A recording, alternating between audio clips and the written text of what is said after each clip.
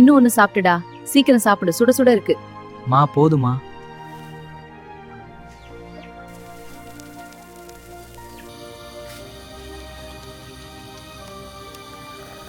இன்னும் எத்தனை தோசை வேணும்?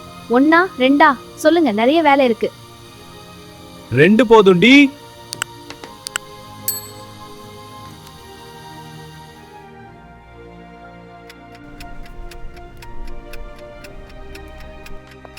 அப்பா 2 தோசை சுட்டு ஹாட் பாக்ஸ்ல வச்சிருக்கேன். 6 முனை எடுத்து சாப்பிட்டுடுங்க, சரியா?